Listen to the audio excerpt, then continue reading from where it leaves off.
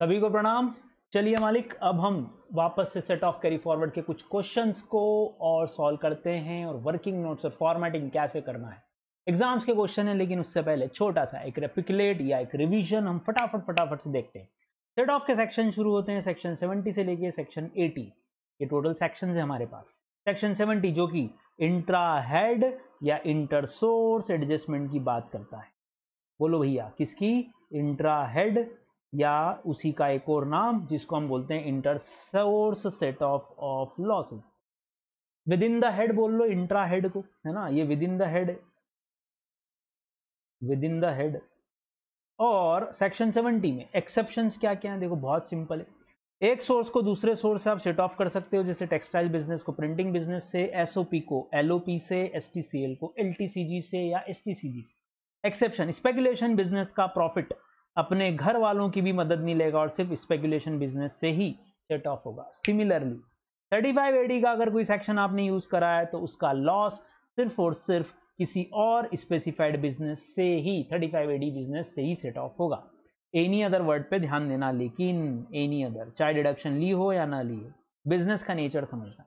Long term capital loss हमेशा long term capital gain से ही सेट ऑफ होगा। इसका उल्टा मतलब है short term capital loss long term से भी सेट ऑफ होगा और शॉर्ट टर्म से भी सेट ऑफ होगा।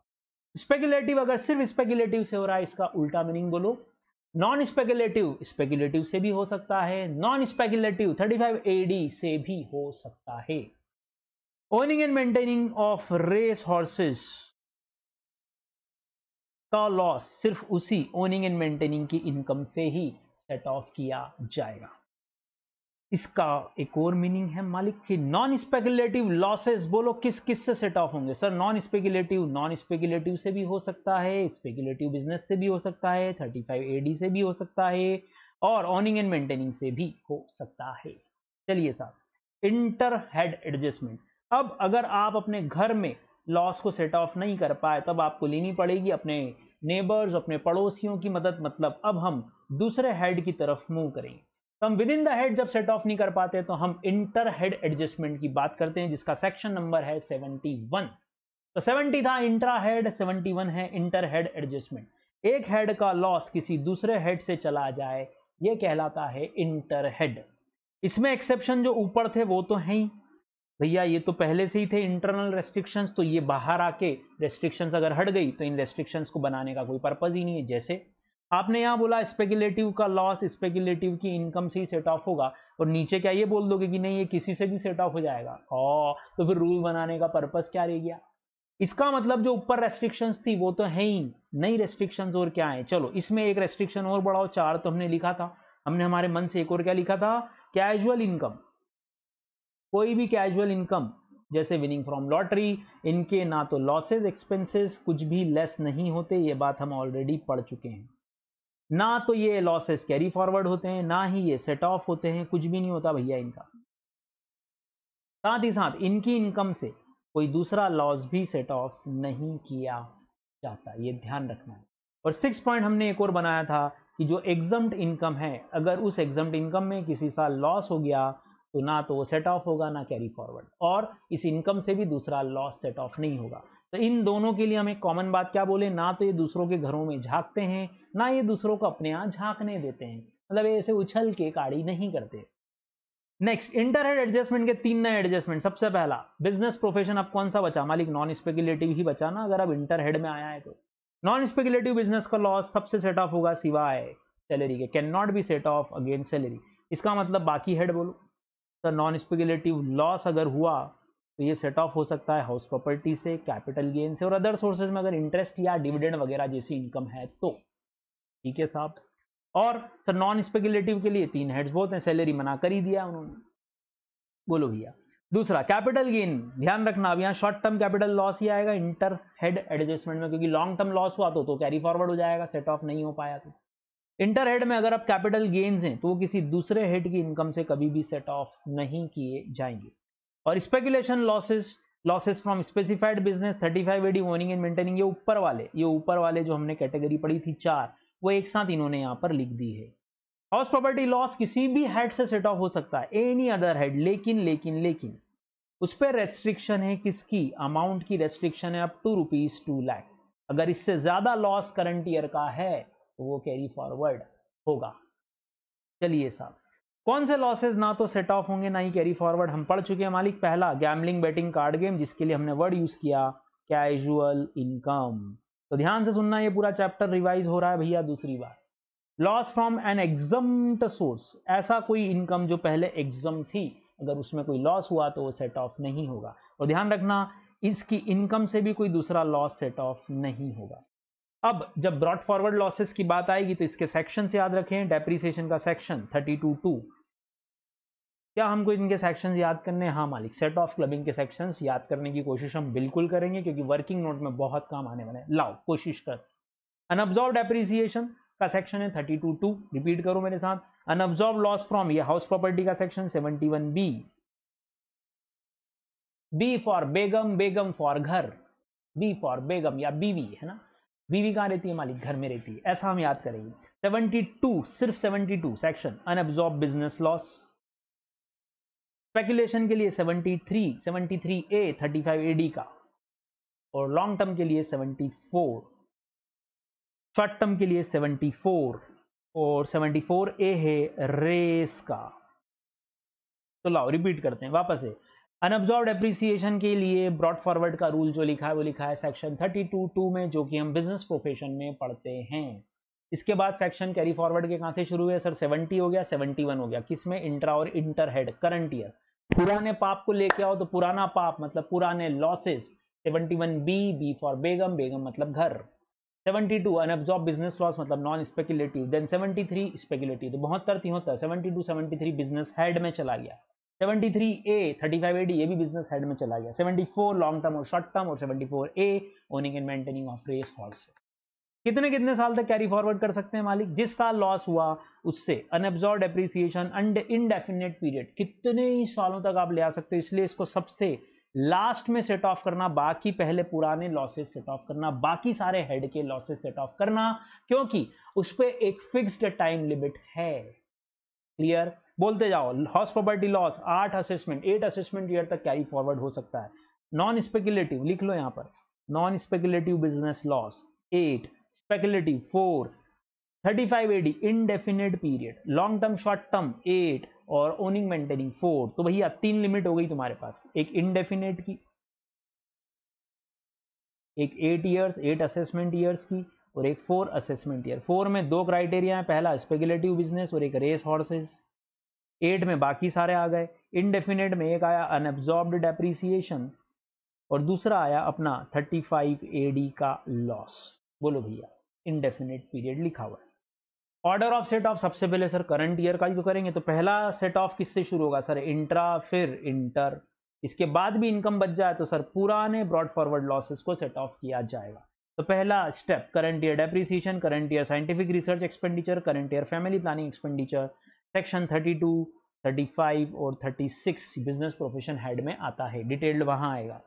ब्रॉड फॉरवर्ड लॉसेस 72(1) के, ये देख लो अपना 72, यो this is 72(1) subsection 1, brought forward losses business के। फिर अनअब्जॉर्ब डेप्रीसिएशन 32(2), 35(4) और 36(1) आ गया सेक्शन यहाँ पे 32, 35, 36। अगर पुराने ये तीनों खर्चे हैं तो पहले करंट ईयर के ले लेना, फिर पुराने पाप जिसमें लिमिटेड टाइम पीरियड है, फिर इसके बाद अनलिमिटेड टाइम पीरियड वाले लॉसेस सेट ऑफ करना।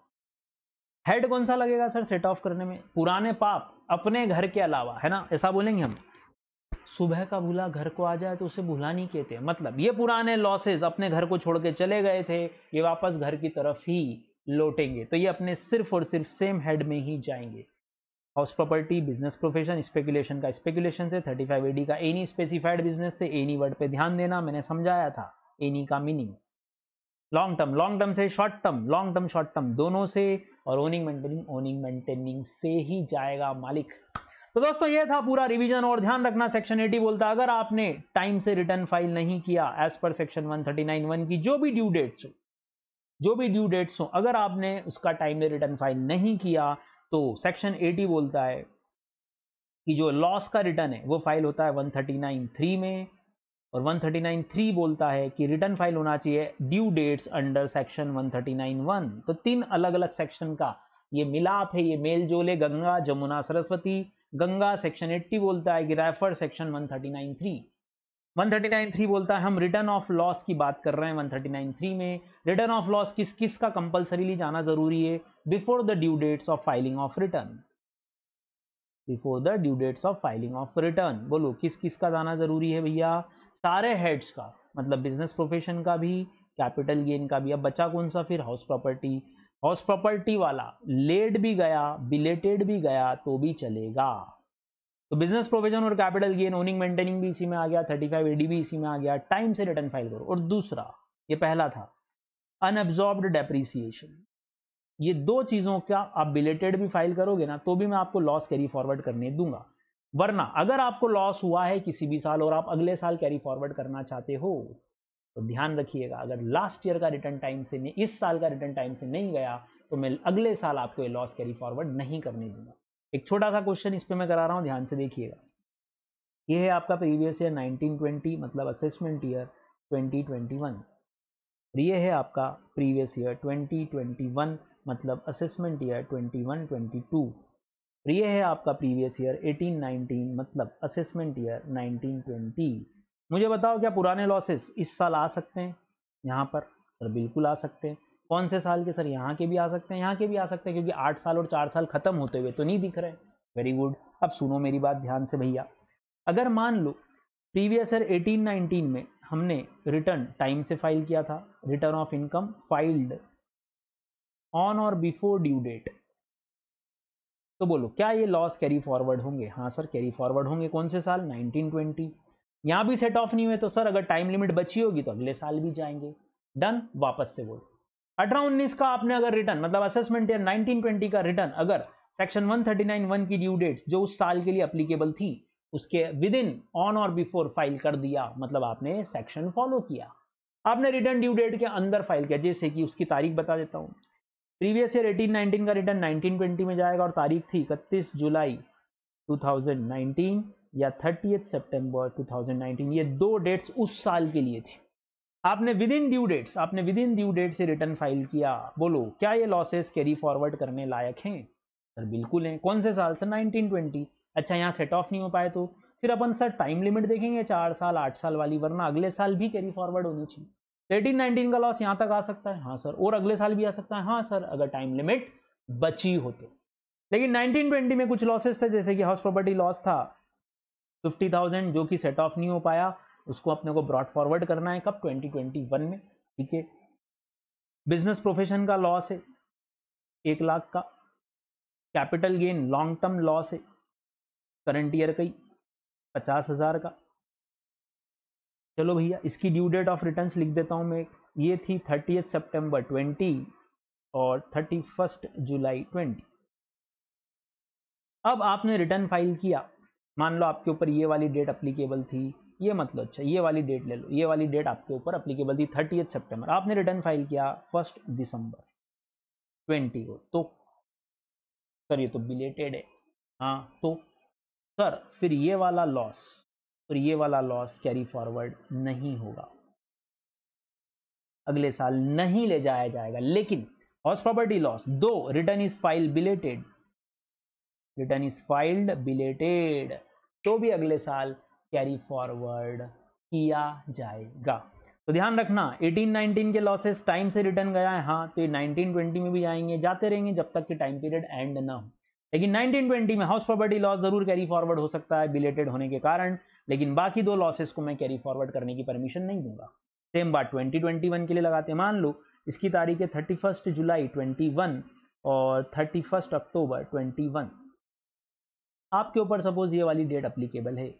मान लो आपने इस डेट तक रिटर्न फाइल नहीं किया और आपको यहाँ पे कुछ लॉसेज है, इमेजिनरी लॉसेज ले लो, जैसे कि स्पेकुलेटिव बिजनेस का लॉस है 50,000 रुपये, शॉर्ट टर्म कैपिटल लॉस है आपको 1 लाख रुपए। बताओ अगर टाइम से रिटर्न गया तो क्या होगा? सर ये फिर कैरी फॉरवर्ड होंगे टू नेक्स्ट ईयर। बोलो नेक्स्ट ईयर क्या है? प्रीवियस ईयर 21-22 मतलब असेसमेंट ईयर 22-23। कौन कौन से? सर ये भी हो सकता है, ये भी, लेकिन उसके लिए ये वाली डेट या इसके पहले रिटर्न फाइल होना जरूरी है अगर आपके ऊपर ये तारीख अप्लीकेबल है तो। अगर आपके ऊपर ये वाली डेट अप्लीकेबल है तो सर फिर 31 जुलाई 21 तक आपको रिटर्न फाइल करना पड़ेगा। तो भैया मैंने 4 अलग अलग ईयर समझा दिया आपको। एक तो करंट ईयर का भी ध्यान रखना, ये वाला 18-19 में रिटर्न टाइम से क्या था, क्या चेक करना, कभी 2 साल पुराना लॉस हो, 3 साल पुराना लॉस हो, 8 असेसमेंट ईयर तक कैरी फॉरवर्ड होता है ना। हो सकता है क्वेश्चन बोल दे कि असेसमेंट ईयर 16-17 का रिटर्न देर से फाइल हुआ था और उसका लॉस दे दें, तो अक्कल लगाना है भैया अपने को। अगर वो हाउस प्रॉपर्टी और अनअब्जॉर्ब्ड डेप्रिसिएशन है तो कैरी फॉरवर्ड हो जाएगा, लेकिन उसके अलावा कोई लॉस है और आपने टाइम से रिटर्न फाइल नहीं किया तो फिर 16-17 का लॉस इस साल नहीं आ पाएगा। ऐसा बोलें क्या, अगर आपने बिलेटेड रिटर्न फाइल किया यहां पे तो अब ये लॉस डूब गया, ये लॉस लैप्स हो गया, ये लॉस था ही नहीं, ऐसा मान लो लल्ला। तो भैया ये बात ध्यान रखना। अब अगर ये टाइम से चला गया तो दो आंसर है, अगर टाइम से चला गया तो कैरी फॉरवर्ड हो जाएंगे, टाइम से नहीं गया तो ये कैरी फॉरवर्ड नहीं हो पाएंगे। ये डायग्राम आप नोट करें भैया, पूरा ईयर के साथ, ईयर के साथ नोट करें ये डायग्राम, क्वेश्चंस और डायग्राम नोट करें भैया ये।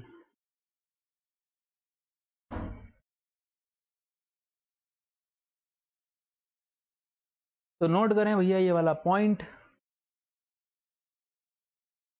ये छोटा सा इलुस्ट्रेशन जिसमें हमने ये देखा कि कैसे कोई लॉस कैरी फॉरवर्ड होगा या नहीं होगा। एक गलती और मत करना, 1920 का रिटर्न अगर टाइम से नहीं गया तो क्या 18-19 के लॉसेस जिसका रिटर्न टाइम से फाइल हुआ है क्या वो कैरी फॉरवर्ड करने से मना करोगे ना, वो तो फाइल हुआ है ना टाइम से भैया। जिसने या जिस ईयर में आपने गलती नहीं की उस ईयर की सजा क्यों मिले आपको। केस नोट करें कॉपी पे।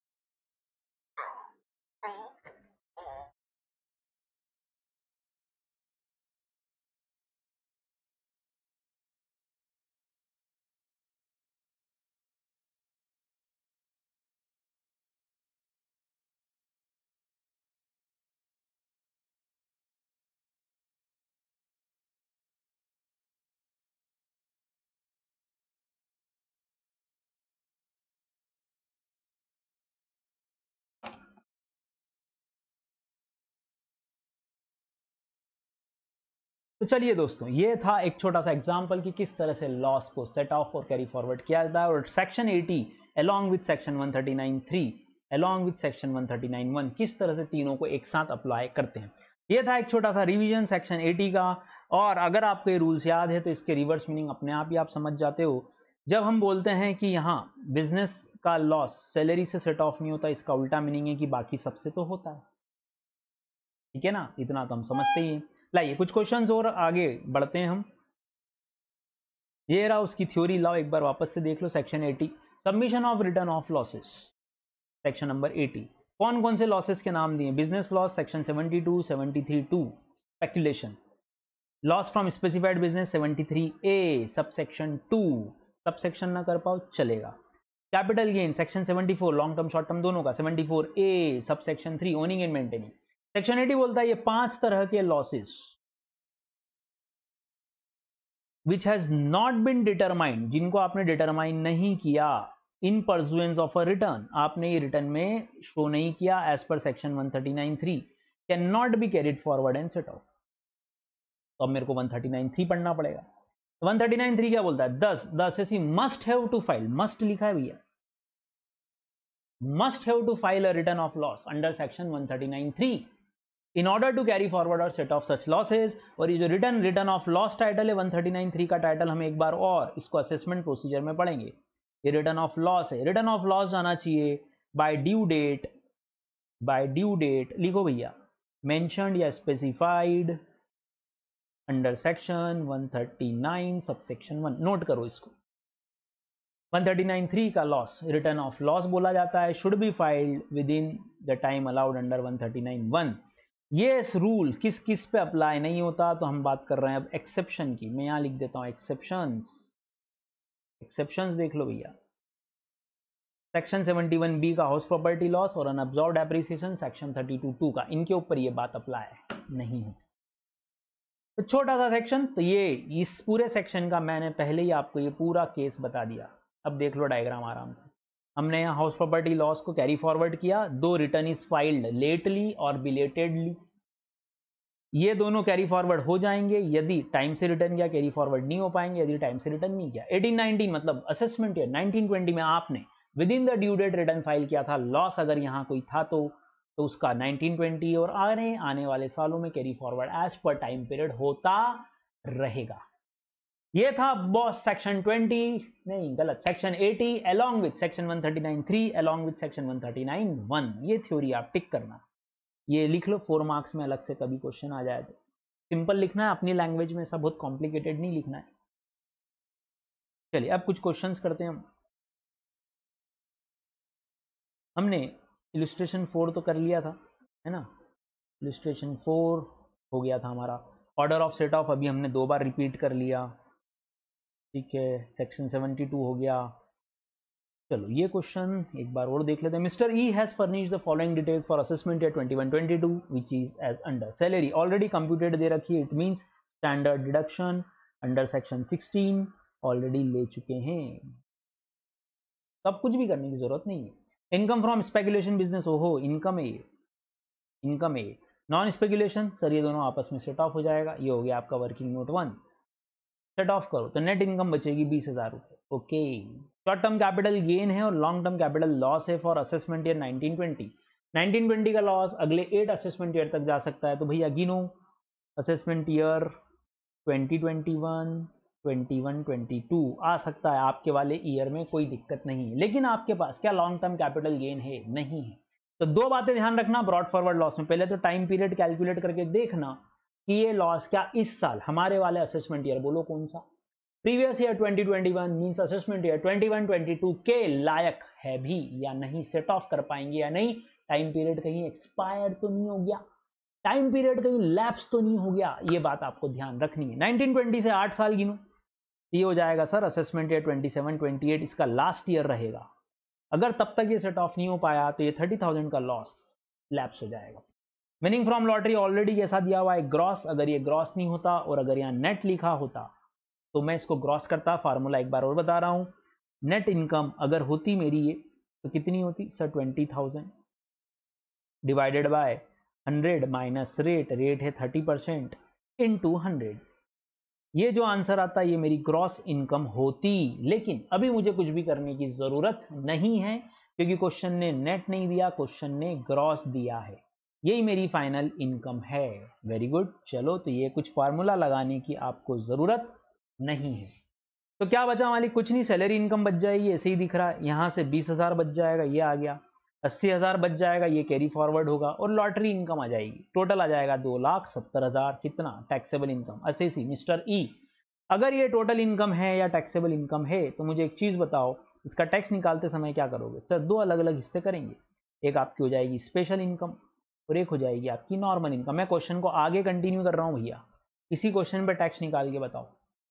ओके, स्पेशल इनकम सर एक तो शॉर्ट टर्म कैपिटल गेन, लेकिन इन्होंने ये नहीं बोला कि ये किसका है। ओ, अगर मैं एज्यूम करूं कि अंडर सेक्शन 111A का है तो फिर वो स्पेशल इनकम में चला जाएगा। कितना, 80,000। टैक्स रेट बोलो सर 15%।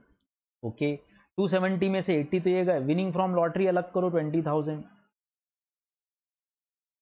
इस पे रेट कितना है सर 30%। ओके, नॉर्मल इनकम बताओ फिर सर, 270 में से 1 लाख तो घटा दिए, तो नॉर्मल इनकम बची हमारी कितनी, 1,70,000 जो कि एग्जम्पशन स्लैब से नीचे है। चलो मिस्टर ई की एज दी है क्या, अरे यार वो भी नहीं दी हुई है, चलो मैं लिख देता हूँ 35 साल की एज है। बोलो स्लैब कौन सी लगेगी सर, 2.5 लाख वाली लगाओ, माइनस 2.5 लाख। नेगेटिव इनकम आ रही है मेरी 80,000। अब मैंने ये नेगेटिव क्यों लिखा, याद करो ये अनएग्जॉस्टेड बेसिक एग्जम्पशन लिमिट है। कुछ याद आ रहा है क्या? दिमाग की बत्ती को जोड़ दें और सोचें, रिवर्स गियर में जाएं, थोड़ा सा याद करें। यहां पर हम इस इनकम को यहां शिफ्ट कर सकते हैं। याद आया शिफ्टिंग का रूल? यस, 80,000 रुपए पूरे शिफ्ट हो सकते हैं अगर ये स्पेशल रेट इनकम अलग करी होती मैंने तो। इसमें से कोई शिफ्टिंग अलाउ नहीं होती, ध्यान रखना। कैजुअल इनकम में से कोई शिफ्टिंग अलाउ नहीं है, लेकिन LTCG under section 112, LTCG under section 112 ए और एसटीसीजी अंडर सेक्शन 111 ए में से अनएग्जॉस्टेड बेसिक एग्जम्पशन लिमिट की तरफ आप इनकम को ले जा सकते हो, क्योंकि आपने इस लिमिट को अभी हाल फिलहाल पूरा यूज नहीं किया, तो ये तो जीरो हो जाएगा, इस पे टैक्स निकल जाएगा। सेकंड केस अगर ऐसा नहीं होता और ऐसा होता कि ये शॉर्ट टर्म कैपिटल गेन जो ये 111 ए वाला नहीं है, तो फिर ये नॉर्मल कैपिटल गेन है, जो कहाँ जाएगा सर? नॉर्मल इनकम में जाएगा। तो अलग करो इनकम, स्पेशल इनकम हो जाती सिर्फ 20,000 और नॉर्मल इनकम हो जाती 2,50,000। बेसिक एग्जम्पशन लिमिट 250 पूरी लगती है, जीरो हो जाता। हालांकि टैक्स दोनों में सेम आ रहा है, ये चांस की बात है कि डाटा सेम बैठ गया। तो मैंने आपको टैक्स लायबिलिटी निकालना भी सिखाया। 20,000 का 30% 6,000 प्लस सेस 4% 240 रुपए, टोटल 6,240 रुपए। अब याद करो, एक बात और जोड़ लो, एज तो बढ़ाई बढ़ाई, अगर ये रेसिडेंट होता तो। सर आप बढ़ाते जा रहे हो क्वेश्चन। हाँ भाई सोचो, इंडिविजुअल असेसी है, हमने एज एज्यूम की ताकि टैक्स लायबिलिटी डिसाइड कर पाए। बोलो भैया, रेसिडेंट भी है तो सर रिबेट मिलेगी, क्योंकि टोटल इनकम 5 लाख से कम है। तो याद करो 6240 पूरा का पूरा नील हो जाएगा। यहां भी ऐसे ही, अगर रेसिडेंट मानू तो, रेसिडेंट ना माने तो, सर रेसिडेंट ना माने तो 6,240 का यहां पर टैक्स बनेगा। क्वेश्चन बढ़ सकता है, मैं आपको सोचना सिखा रहा हूं, ये मेरा टारगेट है।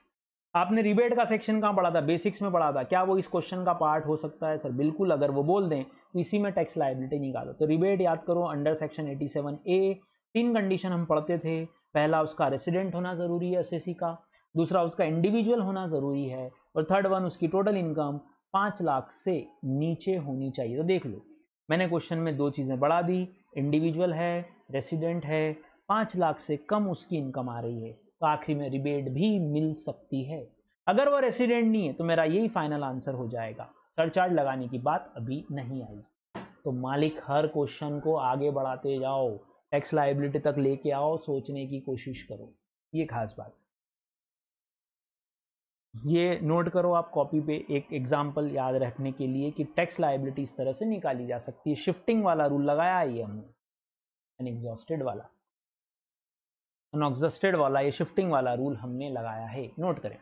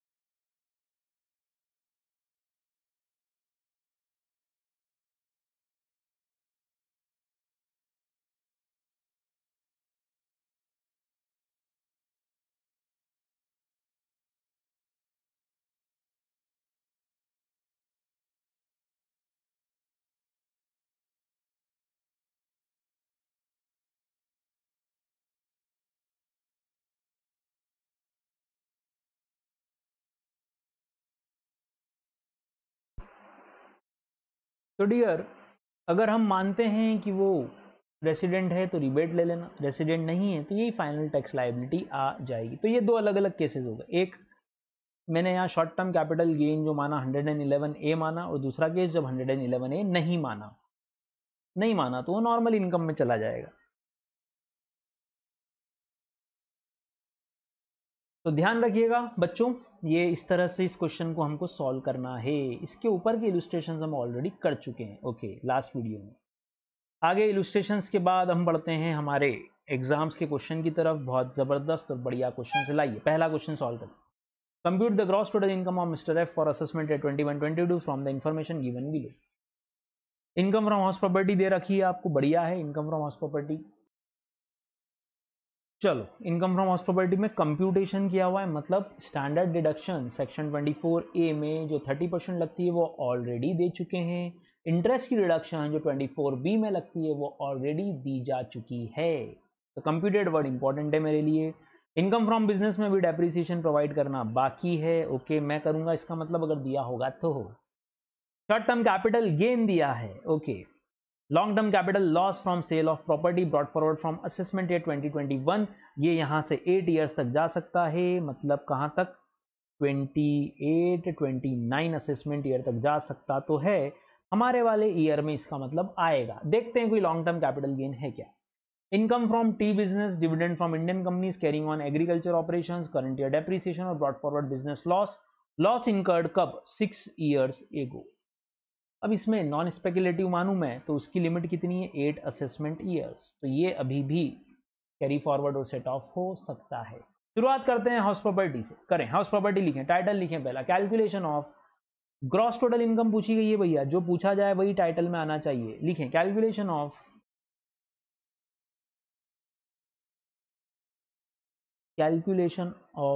या computation of gross total income, पूरा ही लिख देना है ना, टाइटल एक ही बार लिखते हैं एग्जाम में हम, of mister E for assessment year 21-22, underline करें। एक कॉलम हो जाएगा अपना पर्टिकुलर्स, एक कॉलम हो जाएगा रुपीस का। थोड़ा सा टाइम का भी ध्यान रखें, ये क्वेश्चन 8 to 10 मिनट्स के अंदर आपका हो जाना चाहिए। लाइव देखते हैं, कोशिश करते हैं कि इतने समय में हमसे होगा कि नहीं, विथ वर्किंग नोट्स। लाइव सबसे पहले income from house property direct दिया हुआ है तो हम भी लिख लेंगे यहाँ पर income from house property. Income आज चलाएं भैया, फ्रॉम हाउस प्रॉपर्टी कंप्यूटेड है ना। अभी मैं अमाउंट छोड़ रहा हूं, देखता हूं कुछ सेट ऑफ के लिए अवेलेबल है क्या।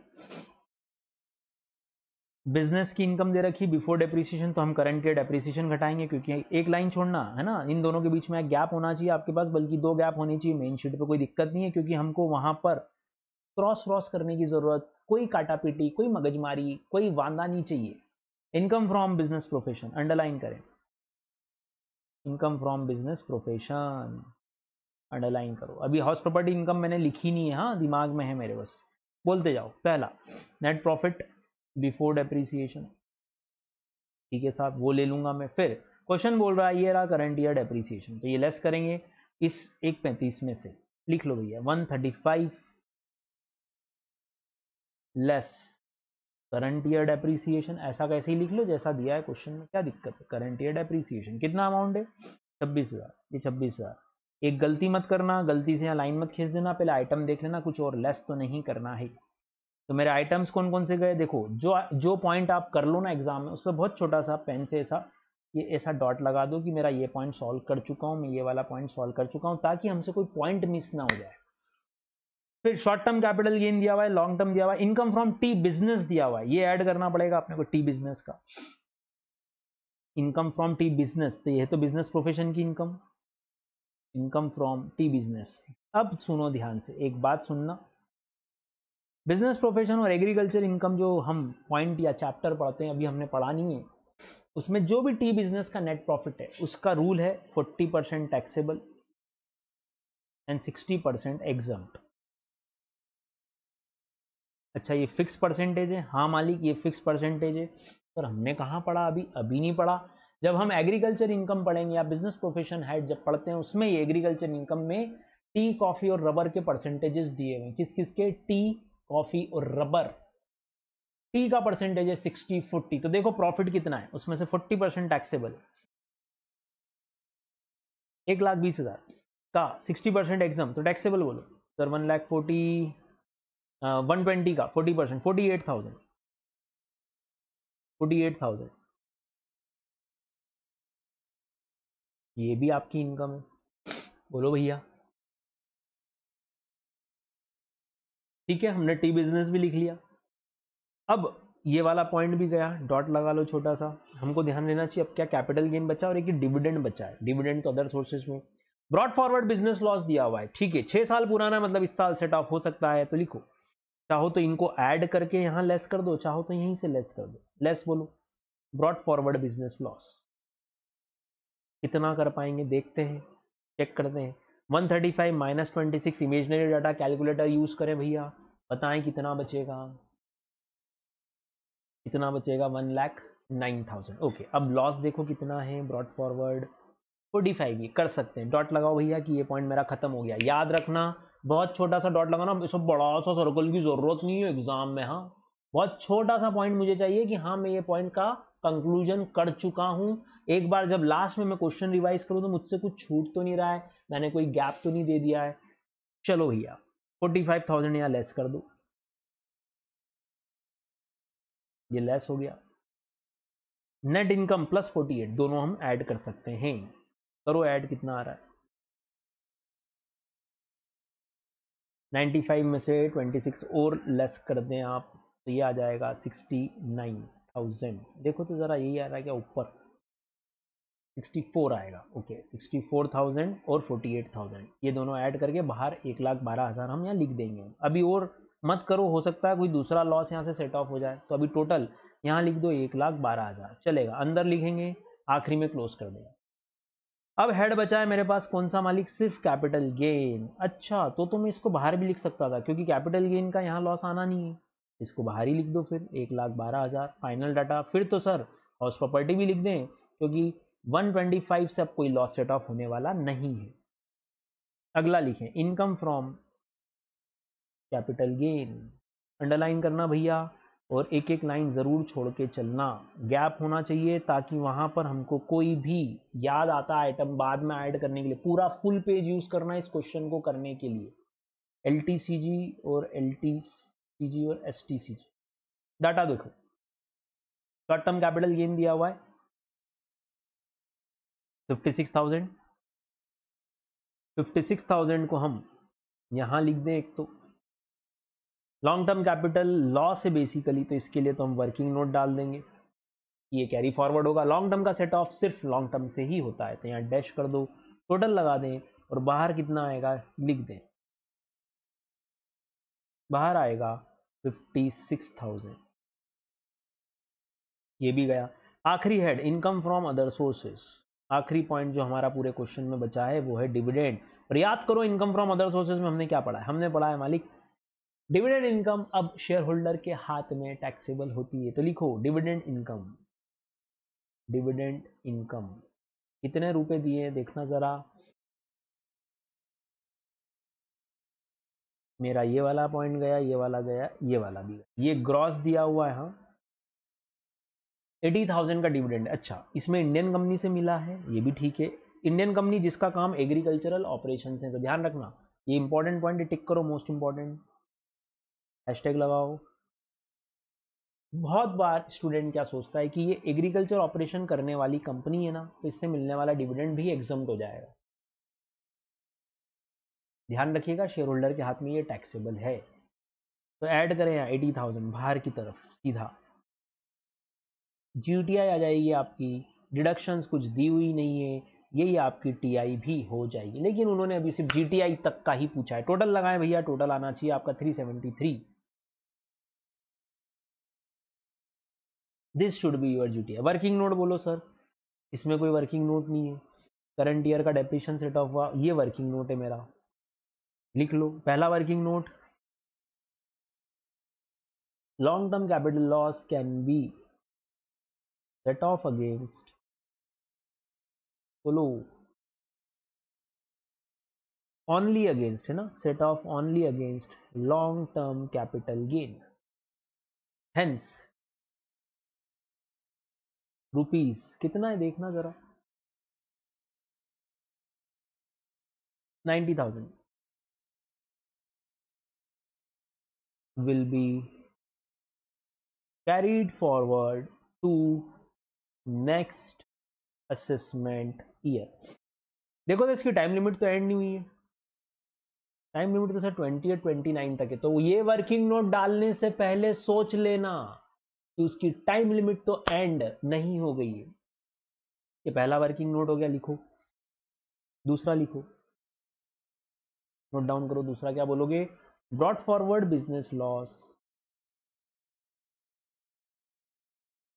Can be set off, brought forward business loss can be set off किसके against, against business income, against business income, बोलो, है ना। सेक्शन लिखना हो तो लिख सकते हो, सेक्शन 72 का सेक्शन था। अभी हमने पढ़ा था नॉन स्पेकुलेटिव के लिए। ओके, और कोई इनकम कैरी फॉरवर्ड हुई नहीं। इसका लिखना हो तो यहाँ पे हम वर्किंग नोट डाल चुके हैं, वैसे देख लो। इन्होंने और कुछ लिखा है क्या इसमें, यहाँ पे बिजनेस इनकम लिख दिया, ठीक है। ये taxable in the hands of shareholder, tick करो, रिवीजन के समय ये पॉइंट आपको रिकॉल करना है भैया, लिख लो, इंपॉर्टेंट। यहाँ पे आप भी एग्जाम में कंप्यूटेड लिख देना, ताकि ये क्लियर हो जाए कि अब हमारी तरफ से कोई डिडक्शन नहीं जाएगी।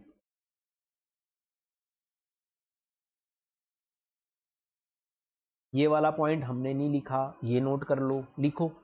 डिविडेंड फ्रॉम इंडियन कंपनीज, ये वर्किंग नोट 3 हो गया। क्यों, क्योंकि इस बार चेंज है ना यार, लास्ट ईयर और इस ईयर में चेंज है, तो लिखो वर्किंग नोट 3, ये का यही लिख लो एज इट इज, बोलो।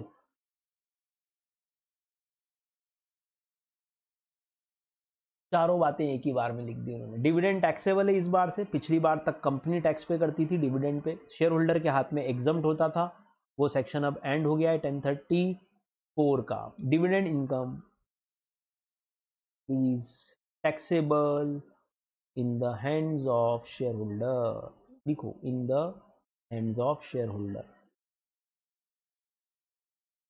कौन सा रेट लगता है सर, कोई स्पेशल रेट नहीं है, हमने अदर सोर्सेज ऑलरेडी पढ़ लिया है, there is no as such special rate, तो इसीलिए अच्छा है हम यहाँ वापस से लिख रहे हैं।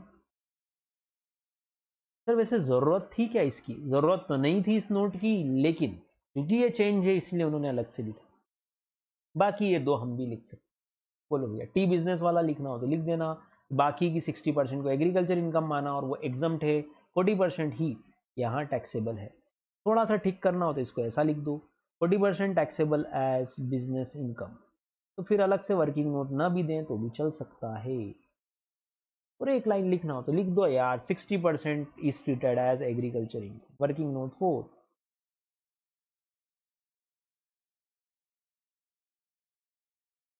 कैसे लिखोगे ये, ऑफ द इनकम करके लिखना, टी बिजनेस का 60% of income from tea business,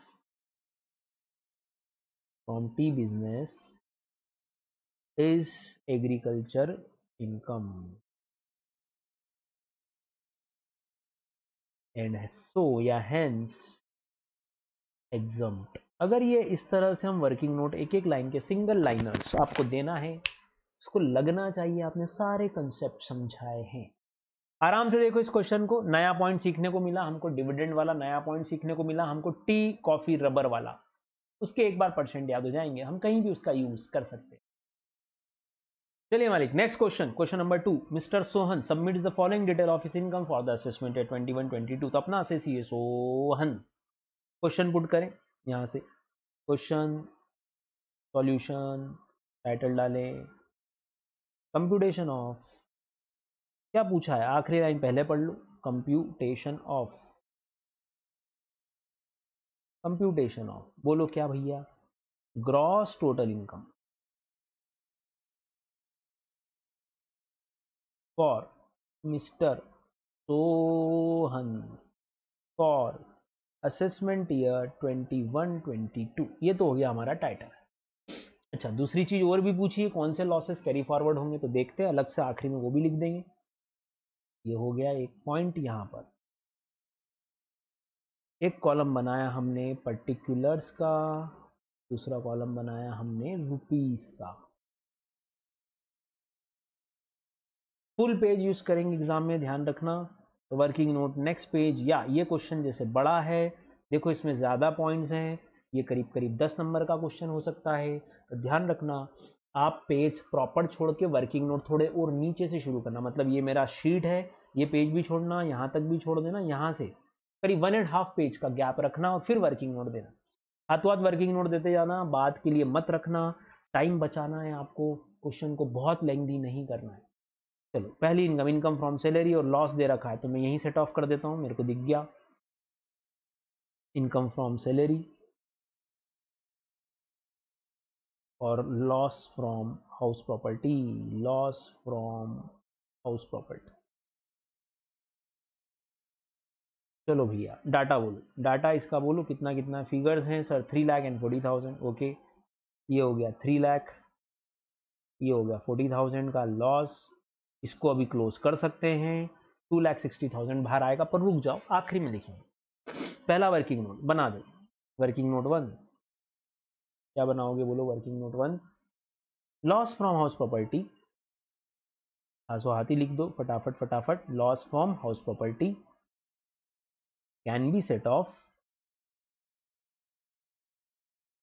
against income from salary, against income from salary. Section बोलो सर ये इंटरहेड एडजस्टमेंट है, तो सेक्शन हो गया सेक्शन 71, तो सेक्शन लिखना मत भूलना, लिखो, करो ऐसा भैया। 1.5 पेज छोड़ देना आपकी कॉपी का, हम हाथों हाथ वर्किंग नोट देंगे, स्पीडली क्वेश्चन करेंगे,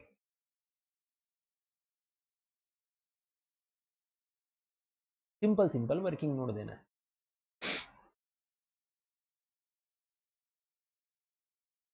फर्स्ट पॉइंट खत्म, ये 2 पॉइंट मेरे लिए खत्म हो गए, मैंने यहाँ डॉट लगा लिया।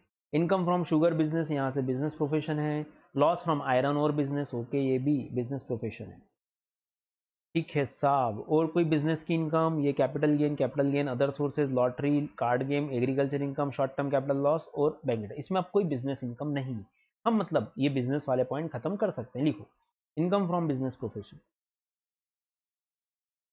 Income from business and profession, या profits and gains of business and profession, ऐसा भी लिख सकते हैं। अंडरलाइन करो इनकम फ्रॉम बिजनेस प्रोफेशन को। कौन सा बिजनेस है देखो उसके पास, सर एक है शुगर बिजनेस जिसमें इनकम है, और एक है आयरन और लॉस जो कि डिसकंटिन्यू हो चुका है 15-16 में, 1,20,000। लो लिखो भैया sugar business income, sugar business income short लिख सकते हैं, कोई दिक्कत नहीं है।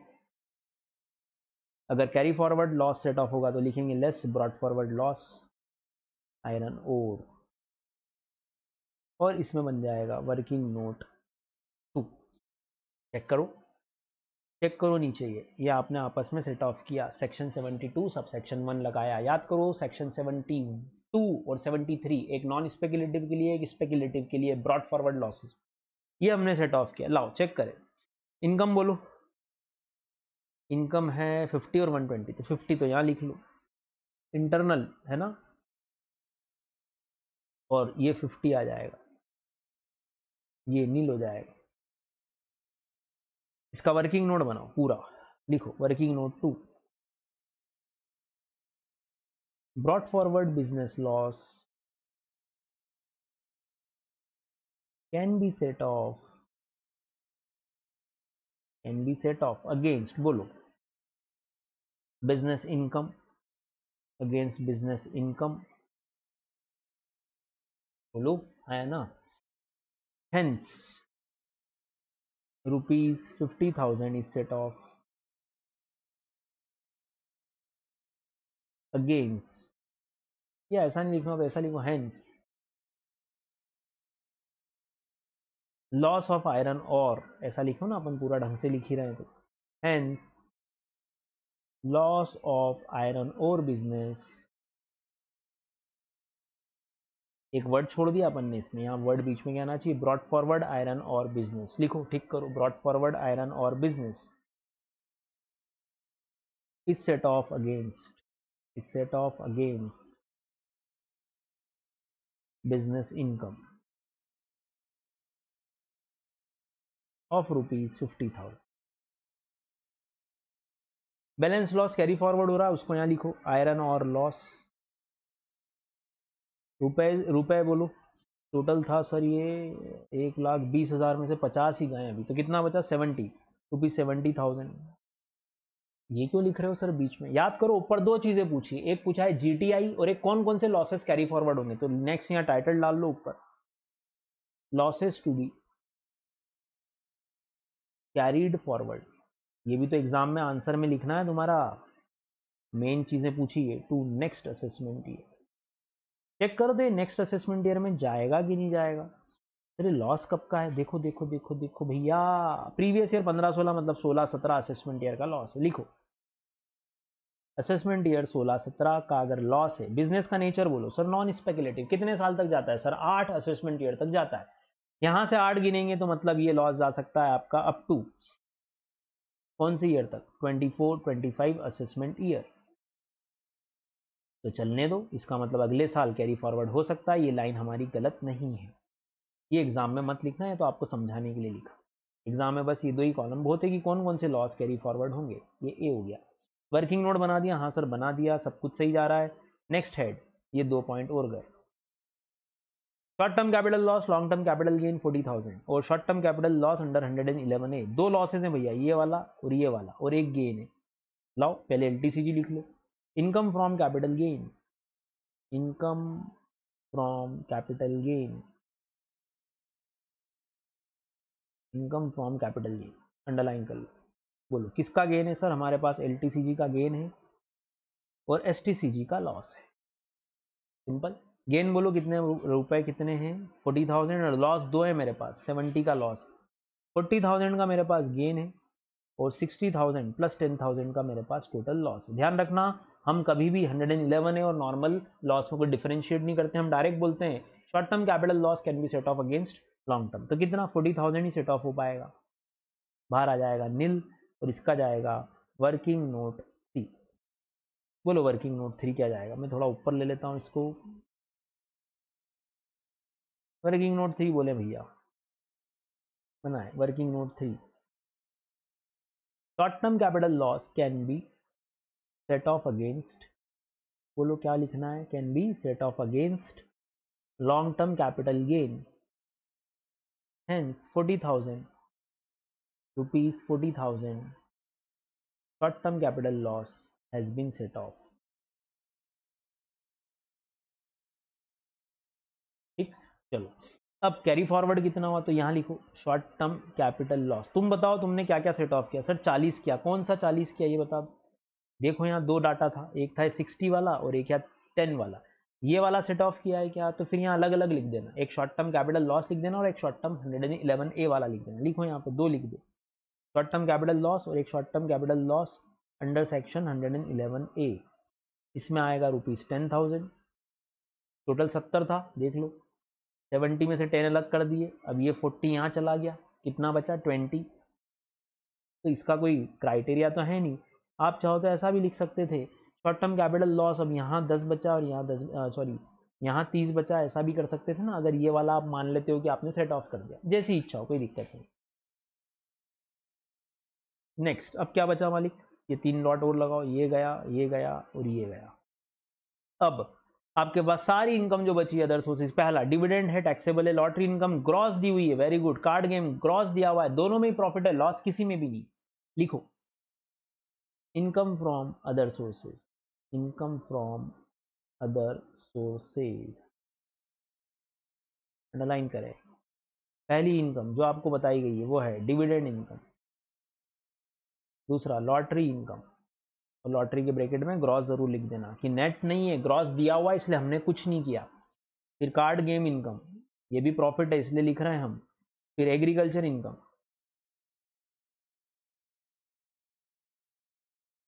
बोलो दादा, देखो चेक करो डाटा क्या क्या है। डिविडेंड 5,000, 50,000, 6,000, ये 3 डाटा तो लिखो, 5,000, 50,000, 6,000। एग्रीकल्चर इनकम एग्जम्प्ट होती है, इसका वर्किंग नोट बना दो, वर्किंग नोट 4। चाहो तो यहाँ भी लिख सकते हो एग्रीकल्चर इनकम इज एग्जम्प्ट, चलेगा। तो ये पॉइंट गया, ये पॉइंट गया, ये पॉइंट गया, ये पॉइंट गया। अब बचा इंटरेस्ट। बैंक एफडी पे 5,000 रुपये ऐड करो। Interest on FD 5,000 rupees, comma जरूर लगाना, टोटल में मिस्टेक नहीं होनी चाहिए। बोले भैया टोटल कितना आ रहा है इसका, मैं थोड़ा सा इसको ऊपर ले लेता हूँ। टोटल बताएं, टोटल कितना आ रहा है। टोटल इज रुपीज 55 और 560 और 66,000। ओके चलो देखते जाओ, ये फाइनल, ये फाइनल, ये नील हो ही गया है, इनको लेस करके बाहर लिख दो। 2,60,000, 260 प्लस 66 बोलो 3,26,000 के आसपास हमारा भी आंसर आना चाहिए। देखते हैं, बिल्कुल सही जवाब है ना। इन्होंने यहाँ ग्रॉस नहीं लिखा, लिखना चाहिए था। आप लिख लो, नोट करो। डिविडेंड के लिए वर्किंग नोट डाल दो, ये वाला एक नया और वर्किंग नोट 4 मैं ऊपर लिख देता हूँ। Working note 4, dividend income is taxable in the hands of shareholders, in the hands of shareholders। और एक और पांचवा, एग्रीकल्चर इनकम इज एग्जाम। मेरे पास जगह नहीं है, आप लिखो agriculture income is an exempt income, is an exempt income. ये हम 6 वर्किंग नोट छोटे छोटे से दे रहे हैं। आंसर 2 निकालने थे, एक निकालना था आपको यहाँ जीटीआई, वो आप निकाल चुके हो, और दूसरा निकालना था कितने लॉसेस कैरी फॉरवर्ड होंगे, वो भी आपने यहाँ शो कर दिया। ये आपके वर्किंग नोट शुरू हुए। क्वेश्चन की लेंथ ज़्यादा थी, मैंने आपको शुरू में ही बोला था। एग्जाम में स्टूडेंट गलती करते हैं कि वो जगह कम छोड़ते, गैप नहीं छोड़ते मेन शीट और वर्किंग नोट देने में। ये हमारी मेन शीट है, प्रॉपर प्रेजेंटेशन है पूरा। तो अब इनको देखते हैं इन्होंने और क्या क्या लिखा। इन्होंने भी यहाँ पे लेस लॉस करके सेक्शन लिखा है, हमने भी करा। इन्होंने सेक्शन 72(1) लिखा, देखो तो हमने लिखा कि नहीं सेक्शन 72(1) हमने नहीं लिखा। लिखो, लिखो यहाँ पर सेक्शन 72 सब सेक्शन 1 से ये brought forward loss set of होता है। ऊपर लिखा है क्या? ऊपर भी नहीं लिखा। लिखो भैया सेक्शन 72(1) लिखो, ब्रॉड फॉरवर्ड बिजनेस लॉस वाले पॉइंट पे। बोलिए हाँ या ना। तो ठीक कर देता हूँ, ये वाले वर्किंग नोट्स नीचे ले आते हैं। लो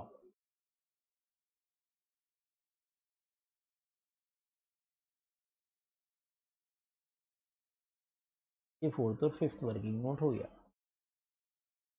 फिर हमारे पास ये 1st और 2nd वर्किंग नोट है, इसको भी ले लो।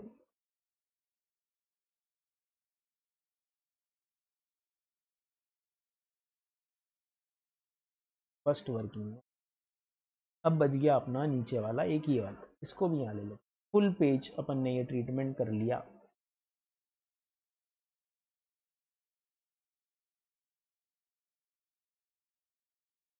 ये हो गए आपके 4th और 5th। बोलो भैया आया समझ में? क्लियर है? क्लियर है? आराम से सोचना, कोई जल्दबाजी नहीं है। आपको सारे रूल्स याद हैं तो हम आराम से कोई भी क्वेश्चन सॉल्व कर सकते हैं। ये 5 वर्किंग नोट हम यहाँ पर दे रहे हैं। सेक्शन जरूर कोड करें, सेक्शन 71, 72(1). ये लिखने का पर्पज ये है कि धीरे धीरे हमको सेक्शंस भी याद हो जाए। चलिए दोस्तों, ये हमारे 2 आंसर हो गए। एग्जाम में एक काम और करना, यहाँ गैप बचा है ना, तो लिखना आंसर जीटीआई ऐसा लिखना अलग से, अच्छा लगेगा। ₹3,26,000 अलग कर देना, अच्छा रहेगा। चलो ये हो गया क्वेश्चन नंबर 2। ये पूरा क्वेश्चन है, सॉल्यूशन देख लो। एक तो सेक्शन लिखो, एग्रीकल्चर इनकम का भी सेक्शन लिख लो यहाँ ब्रैकेट में, सेक्शन याद होना शुरू हो जाएंगे। सेक्शन 10 सब सेक्शन 1, ये एग्रीकल्चर इनकम का एग्जाम्पशन का सेक्शन है, नोट करो भैया। Section 10 sub section 1। तो 3 सेक्शन हमने पढ़े। सेक्शन 71 इंटर हेड के लिए, ब्रॉड फॉरवर्ड के लिए 72(1), और section 10 sub section 10(1) agriculture income के लिए। अब इनके वर्किंग नोट देख लेते हैं, इन्होंने क्या क्या दिया। एक इन्होंने माना कि ये लॉस प्रीवियस ईयर 15-16 का था, प्रिज्यूम्ड लिख रहे हैं, वैसे क्वेश्चन में दिया है जहां तक मुझे ध्यान है, क्वेश्चन में दिया है। अच्छा डिसकंटिन्यू हुआ, लॉस कब का ये नहीं दिया, तो फिर ये अजम्पशन हमको भी लिखना चाहिए। बढ़िया, ये ध्यान नहीं रहा, डिसकंटिन्यूड लिखा हुआ है, ये नहीं लिखा है कि 15-16 का ही लॉस है। हमने एज्यूम कर लिया था कि ये 16-17 असेसमेंट ईयर का ही लॉस है। नोट डालो एक और 6 point, loss of iron ore business, loss of iron ore business is presumed to be of previous year 15-16, that is assessment year 16-17। Note डालो भैया, ये नोटिंग करें।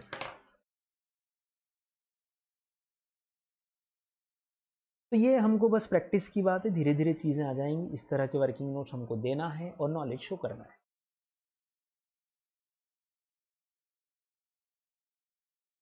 चलो मालिक, तो ये टिक करो आपके मॉड्यूल में, ये प्रिजम्पशन है, अच्छा वर्किंग नोट है ये भी।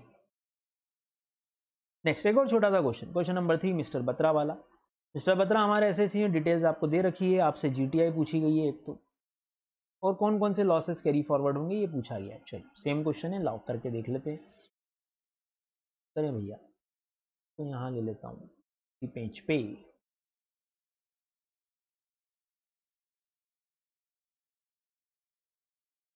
करो क्वेश्चन 3 कंप्यूटेशन ऑफ। अच्छा ये नोट कर लो ना, सारे वर्किंग नोट देख लो आप आराम से पहले एक बार, कुछ भी छूटना नहीं चाहिए आपसे। चेक करो तो वर्किंग नोट छूटा तो नहीं है। आप मेरे साथ साथ कर रहे हैं, ये एज्यूम कर रहा हूँ भैया मैं, है ना। तो हमारा हर क्वेश्चन 10 मिनट के अंदर हो जाना चाहिए। बहुत आराम आराम से कर रहे हैं आप, और जल्दी करोगे तो जल्दी भी हो सकता है। तो कॉमा ज़रूर लगाना चाहिए हमको अमाउंट के बाद। इस तरह के वर्किंग नोट हैं।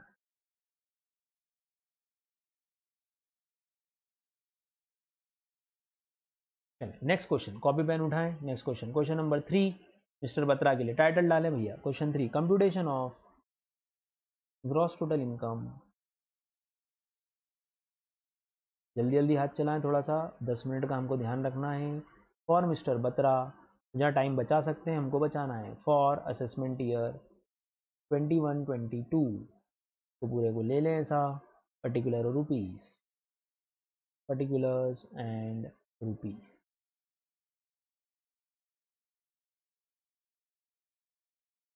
चलो साहब, पर्टिकुलर एंड रुपीस, ये यहाँ से यहाँ आप लाइन ओपन करें इसकी। हम एक एक करके अपने हेड्स देखते हैं। सबसे पहले शॉर्ट टर्म कैपिटल गेन दिया हुआ है, रुक जाओ, ये स्पेकुलेटिव है, ये लॉन्ग टर्म है, long term income from business है। अब देखो इन्होंने पट्टों ने क्या करा, ये 2 पॉइंट सबसे आखिरी में दिए जो हमको सबसे पहले चाहिए, इसीलिए ढूंढ लिया करो। सैलरी और हाउस प्रॉपर्टी तो नहीं है, एक इनकम एक लॉस है, आराम से सेट ऑफ होंगे। तो शुरुआत इन 2 शगुन से ही करेंगे अपन। लिखो income from salary, income from salary 1 lakh rupees, फटाफट लिखो भैया। Less loss from house property 40,000 rupees, net 60,000 बाहर आ जाएगा। देख लो एक बार, 1 लाख और 40,000, इसका चला जाएगा हमारे पास यहाँ से वर्किंग नोट 1, वर्किंग नोट 1 बोले बाहर आ जाएगा कितना, 60,000। ये 2 पॉइंट नीचे से चले गए हमारे, डॉट लगा लो छोटे छोटे से, ये गए हमारे पॉइंट। अब बिजनेस इनकम पे आते हैं। बिजनेस बिजनेस बिजनेस बिजनेस में एक ये पॉइंट है, और एक ये पॉइंट है। बोलो भैया, देखना शुरू करें। प्रॉफिट्स एंड गेन्स लिखेंगे सबसे पहले हम यहाँ पर, और वर्किंग नोट नीचे डाल देना। यहाँ पर जगह मेरे पास तो नहीं है, यहाँ आप डालना, मैं यहाँ गैप कर रहा हूँ। लिखो working note 1, loss from house property, या चलो मैं भी लिखता हूँ आपके साथ, लिखिए loss from house property can be set of, can be set off against, can be set off against income from salary, income from salary। और इसका सेक्शन लिख लो, सेक्शन 71 इंटर हेड एडजस्टमेंट हमने कर दिया। 40,000 लिखना चाहो तो वो लिख दो, hence rupees 40,000, hence house property loss, ऐसा लिखो हैंस। अच्छा टाइम कम हो तो, मान लो ये आखिरी आखिरी में क्वेश्चन कर रहा हूँ तो यहाँ ब्रेकेट में रुपीज लिख देना। भी बदमाश है ना, हमें भी दिमाग है, हम भी मेंटोस खाते हैं, सिर्फ आईसीआई थोड़ी ना खाता है। तो ये आखिरी लाइन अलग से जोड़ने की जरूरत नहीं पड़ेगी, टाइम कम होता है, ऐसा भी कर सकते। नेक्स्ट देखिए, बिजनेस इनकम में आपके पास स्पेकुलेटिव बिजनेस में लॉस है, 60,000 रुपये, और बिजनेस ऑफ टेक्सटाइल है ये तो नॉन स्पेकुलेटिव है, या आफ्टर अलाउइंग डेप्रिसिएशन है। ओके, डेप्रिसिएशन घट चुका और इनकम 50,000 है, लिखना शुरू करें। Income from business profession, income from business and profession.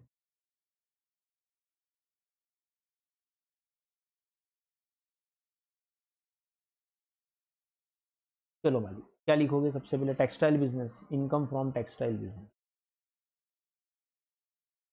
Income from textile business. अच्छा, जो loss brought forward carry forward हो रहा है वो लिख लो, losses to be carried forward to next assessment year. इसीलिए गैप छोड़ के करना कि आपको पेज कम नहीं पड़ जाए। लॉस लिख लो, speculative loss, speculative loss rupees देख लेते हैं 1 मिनट उसका कितना है। स्पेकुलेटिव लॉस का रुपीज है 60,000। ये किसी से भी सेट ऑफ हो रहा है क्या? नहीं सर, है ही नहीं, है ही नहीं। 60,000 कैरी फॉरवर्ड ही होगा। ईयर दिया हुआ नहीं है तो हम एज्यूम कर रहे हैं कि ये नेक्स्ट ईयर एलिजिबल है फॉरवर्ड होने के लिए। टाइम पीरियड इसका एंड, जो 4 साल का टाइम पीरियड होता है वो अभी एंड नहीं हुआ है सेक्शन 73 के अनुसार, सेक्शन 73 के अकॉर्डिंग। चलो साहब, फिर टेक्सटाइल बिजनेस का अमाउंट लिख लेंगे अपन, कितना है। ये पॉइंट गया मेरा, ये पॉइंट गया मेरा, ये 2 पॉइंट और गए। और income from activity of owning and maintaining horses दिया हुआ है 15,000 रुपीज, ठीक है। और नीचे की जानकारी पढ़ना रह गई, ये गलती हुई अपने से। लाओ देखते हैं क्या गलती। 50,000 रुपए की इनकम लिख लो। ब्रॉड फॉरवर्ड लॉस है भैया टेक्सटाइल का 60,000, कौन से ईयर का है? 13-14 असेसमेंट ईयर। अच्छा अच्छा, ये कैसा लॉस है सर? ये नॉन स्पेकुलेटिव लॉस है सर। नॉन स्पेकुलेटिव लॉस जो है एट असेसमेंट ईयर तक कैरी फॉरवर्ड हो सकता है। ऐड करें भैया सर, ये है 21-22, आखिरी साल है इसका। ओ 13-14 का लॉस है, गिनो। 14-15, 15-16, 16-17, 17-18, 18-19, 19-20, 20-21 and this is the last year. अगर सेट ऑफ हो गया तो बढ़िया, नहीं हुआ तो लैप्स हो जाएगा। 21-22 लास्ट ईयर। 60,000 का लॉस है, इनकम आपके पास 50,000 है, सेट ऑफ 50,000 तक ही होगा। लिखो भैया 50,000 less brought forward textile business loss, brought forward textile business loss. कितना सेट ऑफ होगा? 50,000 ही सेट ऑफ होगा। बोलो आया ना, और बाहर आ जाएगा यहाँ पर नील। अब इसका वर्किंग नोट डाल दो यहाँ पे, वर्किंग नोट 2। बोलो क्या क्या लिखना चाहोगे सर? पहली बात, वर्किंग नोट 2 में हम पहले तो लिखेंगे brought forward non speculative business loss, non speculative business loss okay can be set off, can be set off against business income. और सेक्शन लिख दो इसका, बिजनेस इनकम सेक्शन 72, सेक्शन 72। पर यार अपन अब ये 10,000 के लॉस का क्या करें? चेक करो यहाँ पर, जैसे कि ये यहाँ ये बैलेंस जो लॉस था ये 13-14 का लॉस था 10,000 रुपये, बोलो है ना। अब ये जो बैलेंस लॉस है इसके लिए आप भी इस तरह से वर्किंग नोट डाल सकते हो, ये वाला इस तरह से। सेक्शन 72 इन्होंने सब सेक्शन भी लिखा है, अपन सब सेक्शन अभी नहीं जा रहे हैं, सेक्शन 72 जरूर लिख सकते हैं जो हमने भी नोट किया, देख लो सेक्शन 72। अब ये प्रैक्टिस की बात है कि आप इसके साथ सब सेक्शन भी कोट करने लग जाओ, गलत लिख के मत आना, सेक्शन 72 लिख के छोड़ देना। चलो और डाटा देखो भैया क्वेश्चन में, ये वाला पॉइंट भी गया आपका, कौन सा गया? ये वाला पॉइंट कंप्लीट हुआ। 10,000 का लॉस अब कैरी फॉरवर्ड नहीं होगा, इसका वर्किंग नोट कंप्लीट नहीं किया अभी अपन। लिखो बैलेंस रुपीज 10,000, या ऐसा लिख लो hence rupees 50,000 brought forward business loss of 50,000। फटाफट लिखो भैया, of rupees 50,000 has been set off against business income, rupees 10,000 will not be carried forward as time limit of, simple लिखना है, जैसे लिखना चाहो लिखो, time limit of 8 assessment years has elapsed। तो सिंपल भी लिख सकते हो, और अच्छा लिखना हो, ये तो सिंपल लिखा आपने, और अच्छा लिखना हो तो क्या लिखेंगे? फिर हम लिखेंगे normally brought forward losses can be carried forward for 8 assessment year from the year in which the loss was incurred. क्या लिख रहे हैं? Business losses can be brought forward for a period of 8 assessment year. कहाँ से? From the assessment year in which the loss was incurred. ये बेहतरीन language है, ये एक सिंपल सी लाइन हमने लिखी, अब अच्छा लिख पाओ ये हमारी कोशिश होनी चाहिए। तो वो दूसरी लाइन जो मैंने बोली वो भी आप ट्राई कर सकते, मन से ही लिखना है, चलेगा।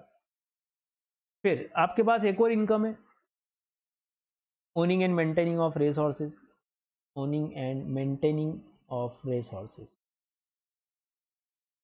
Owning and maintaining of race horses, underline कर लो।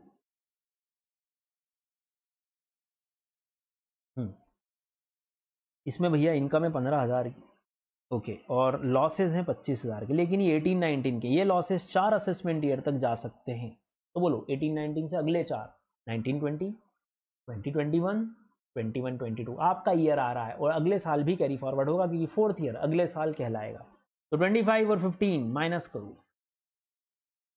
प्रॉफिट या income 15,000 less brought forward loss 15,000, बाहर नील, और इसका वर्किंग नोट 3, वर्किंग नोट 3 बनाओ भैया। यहाँ पे बोलो क्या यहाँ पर आएगा? Owning maintaining, yes, owning and maintaining of race horses. अभी भी ये 10,000 रुपये कैरी फॉरवर्ड हो सकता है अगले साल। बोलो आया ना? बोलो भैया क्लियर है? तो बस इसका नोट डाल दो, working note 3, owning and maintaining of brought forward loss करें, ब्रॉड फॉरवर्ड लॉस करें, broad forward losses from activity of, ऐसा कैसे ही लिखो जैसा क्वेश्चन में लिखा है, ओनिंग एंड मेंटेनिंग ऑफ, मैंने छोटा लिखा है, आप ऐसा मत लिखना एग्जाम में, owning and maintaining of race horses can be set off against the same head of income, against same head of income only, same head of income only, only set up same head भी कर सकते, लिखो, note करें इसको।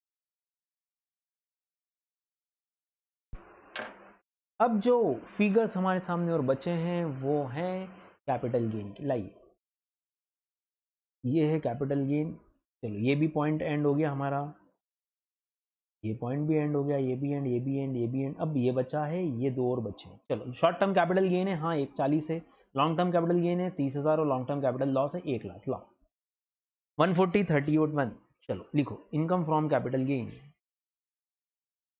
Income from capital gain. क्योंकि आप question पढ़ते समय समझ जाते हो कि आपके पास लॉन्ग टर्म कैपिटल गेन भी है और लॉन्ग टर्म कैपिटल लॉस भी है, तो आप पहले इनके लिए दोनों के लिए टाइटल डाल दो और फिर लिखो शॉर्ट टर्म कैपिटल गेन, ज्यादा better. Long term capital gain बोलो कितना है? ये है सर 30,000, और लॉस है कितना? 1,00,000, तो 30,000 सेट ऑफ होकर खत्म हो जाएगा, 30,000 30,000, ये लॉस सेट ऑफ हो गया, ये बचा नील, और इस नील में आप जोड़ दो 1,00,000 रुपीज, बाहर आ जाएगा 1,00,000 शॉर्ट टर्म कैपिटल गेन। यहाँ आ जाएगा आपका वर्किंग नोट 4, वर्किंग नोट 4, बोलो क्या वर्किंग नोट लिखोगे? Long term capital loss, long term capital loss can be set off against, can be set off against long term capital gain only, section 71, balance will be carried forward, लिख लो। Long term capital loss कितना बचा रे, देखो देखो देखो कितना बचा, 30,000 तो गया, टोटल कितना था रे, टोटल था 30 और 1 लाख, 70,000 कैरी फॉरवर्ड होगा, लिख लो rupees 70,000 will be carried forward. ये हो गया आपका क्वेश्चन कंप्लीट। बोलो दादा, सेक्शन कौन सा लग गया, सेक्शन 74 लग गया लॉन्ग टर्म के लिए, देख लो। और क्या कोई आइटम बचा है क्या, चेक करो। सर ये आ गया 140, ये लिखना बाकी, हमने लिखा नहीं है अभी। ओ 140 लिखना है, ओके, बाहर 140 आएगा। जीटीआई बताओ, जैसे मेरे पास अभी जगह कम पड़ गई, ऐसा एग्जाम में आपके पास नहीं होना चाहिए वरना दिक्कत हो जाएगी। Total income 60 + 140 = 2 lakh, GTI. और ये मेरा दूसरा पार्ट आंसर का, हो सके तो आंसर अलग से लिख के आओ, जगह बच जाए आपके पास। GTI ₹2 lakh, full stop. 5 working note, 4 working note हमने लिखे। इसी में हम लिख सकते हैं balance can be carried forward for next assessment year, balance can be carried forward, या balance losses can be carried forward, अच्छे से लिखना थोड़ा सा, balance losses can be carried forward to next assessment year, या for a period of 8 assessment year. ऐसा लिखोगे तो मजे आ जाएगा कि आप टाइम पीरियड भी लिख के आ रहे हो आप, बोलो हाँ है ना। तो ढंग से लिखना है ना। ये 40,000 वाला गणित अपन तब लगाएंगे जब हमारे पास समय बहुत कम है, तो फिर छोटे सेंटेंसेस भी बनाना है, अपने को टाइम भी बचाना है। चेक करते हैं 2 लाख रुपए अपने आप आए कि नहीं, या आए। और ये 3 डाटा कैरी फॉरवर्ड हो रहा है, चेक कर लो। स्पेकुलेटिव का 60,000, 10,000 और 70,000, 60,000, 10,000 और 70,000। ये 18-19 ईयर लिख दिया उसने। सेक्शन देख लो 72(3), और ये क्लियर लिख दिया, ये बैलेंस लॉस 10,000 का कैरी फॉरवर्ड नहीं होगा क्योंकि उसका टाइम पीरियड खत्म हो चुका है। ये लिखा है सिंस द 8 ईयर पीरियड, ये टिक करो भैया, रिवीजन के समय ये इस तरह की लाइंस आपको पढ़नी है, टिक करो इसको। जब रिवीजन करो तो इन्हीं चीजों का करना है, इसके अलावा कुछ नहीं है। ये लाइन लिखी है, for a maximum of 8 assessment year immediately succeeding the assessment year for which the loss was computed या लॉस वाज इनकर्ड, ऐसा भी लिख सकते। बेहतरीन लिखो, इंपॉर्टेंट, बेहतरीन नोट, जबरदस्त। इस तरह से आप कोई भी ब्रॉड फॉरवर्ड का टाइम पीरियड समझाते हुए नोट डाल सकते। ओनिंग एंड मेंटेनिंग का सेक्शन 74A, सब सेक्शन 3 तो नहीं लिख पाएंगे, लेकिन सेक्शन 74A तो लिख ही सकते हैं। सब सेक्शन आपको याद रह जाए तो धीरे धीरे हम प्रैक्टिस करेंगे। तो मैं एज ए स्टूडेंट भी बिहेव कर रहा हूँ, एज ए टीचर भी, दोनों चीजें समझाता हुआ आगे बढ़ रहा हूँ आपको। तो गलत मत लिखना, सही लिख के आना। अनलिस्टेड को सेट ऑफ कर सकते हैं, balance loss can not be set off against short term capital gain, ये इन्होंने ज्यादा समझाया, हम थोड़ा कम समझाएंगे। कैरी फॉरवर्ड का टाइम पीरियड जरूर लिखेंगे, for a period of 8 years, चलेगा। Speculation can not be set off against any other income other than speculation, तो सेक्शन 73 के हिसाब से can be set off for a maximum period of 4 years. तो हम इसको भी आगे ले जाएंगे। तो टाइम पीरियड जरूर लिखना, या तो एक काम और कर सकते हो, या एक कॉलम बनाओ, यहाँ पे नहीं बनाओ तो पीछे बना लो, मैक्सिमम पीरियड या time limit, maximum set of time limit लिखना हो तो। नहीं यार, पर मज़ा नहीं आएगा उसमें, और कन्फ्यूजन बढ़ेगा अपने को भी और चेकर को भी। तो अपन तो नीचे वर्किंग नोट में टाइम पीरियड वगैरह सब लिख के आएंगे। तो मैंने यहाँ सिंगल सिंगल लाइनर्स लिखे, इसको बढ़ाना रहेगा हमको टाइम पीरियड के साथ। बोलो भैया, ये टाइम लिमिट इस तरह से लिखना हो, वरना इनके बेहतरीन नोट्स हैं, थोड़े से बड़े हैं, अपन छोटा करेंगे। सेक्शन जरूर कोड करना है, 74A3 ऑनिंग एंड मेंटेनिंग का सेक्शन है, सब सेक्शन 3 है भैया, ध्यान रखना। ये भी सेक्शन 73 सब सेक्शन 4 है, जिसमें टाइम पीरियड दिया है ना, ध्यान रखिएगा। अलग अलग सब सेक्शंस हैं, ये पढ़ते पढ़ते एक लिस्ट बना लो, या तो या आपके इसी बुक में आखिरी में समरी दी हुई है, या मैंने जो नोटिंग कराई है उसी में ये सब सेक्शंस लिखो। पीरियड के लिए 73 सब सेक्शन 4, सेट ऑफ के लिए 74A sub section 3, carried forward for a period of 4 assessment year. इसमें मैक्सिमम वर्ड जरूर लिखना, थोड़ा इंप्रूव करना पड़ेगा मॉड्यूल देखकर।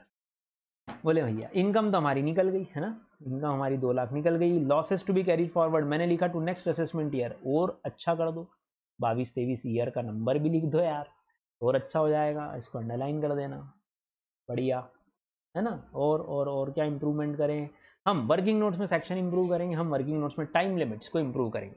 तो टाइम लिमिट जरूर लिख के आए, सब में लिखा हुआ है, जैसे 4 लिखा हुआ है, ये 8 लिखा हुआ है, क्योंकि कैरी फॉरवर्ड का क्वेश्चन है ना। 4 years, यहाँ भी लिखा हुआ है। चलिए मालिक, तो ये था क्वेश्चन नंबर 3।